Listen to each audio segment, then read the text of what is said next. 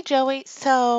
Um, let's take a look at those two questions. And I think one thing that's going to help you is to have a graph. So I will send you a Word document that you could print off. That way you can graph them.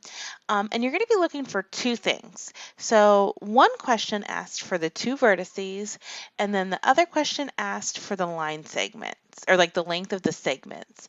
And it gave you two ordered pairs. So the first thing that you're going to want to do is you're going to want to graph those two ordered pairs on the graph. Okay. And let me go ahead and insert a picture here or a shape.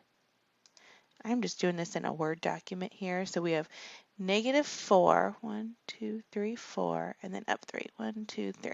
Okay, so there's my first ordered pair here. Okay, and then my second ordered pair is -2 down 1. Oh, and for some reason it won't let me. There we go. Okay, so here is, and I wish I was in a class, but that's okay. So now let me do another shape and let's make this our diagonal. So now I'm just going to include our diagonal here. So all I did was I graphed those two ordered pairs and made a diagonal, which is going to be our hypotenuse. So the first question, it called for the two vertices. So is what I like to do here is we're looking for right angles. So I'm going to draw a rectangle around these 2 points. And we will have no fill here. And we'll make the shape outline red so we can see it and make it weighted just a little bit thicker.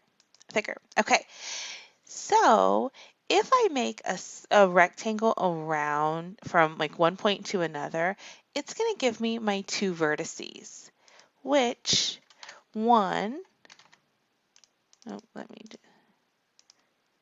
copy and paste. So one is right here.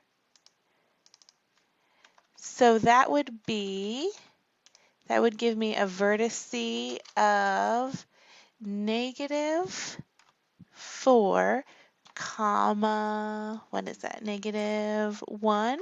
Okay, so it's going to be one vertice, and then our other vertice is going to be right, oops, went a little too high, is going to be right here, which is going to be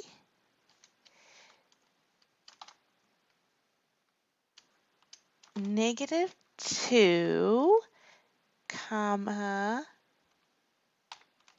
3. Okay, so graph it out, draw the box around it, and that's going to give you your two vertices if you had a right triangle.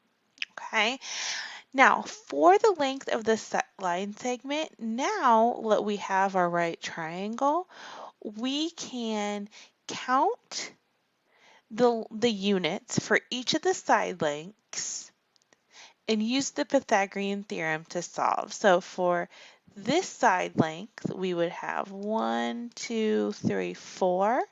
So in the Pythagorean theorem, which I know that you know because we just went over it, we would do 4 squared, okay? And then we have this side length, 1, 2. So then we have 2 squared. And then we want to solve for our hypotenuse, so that would be our c squared.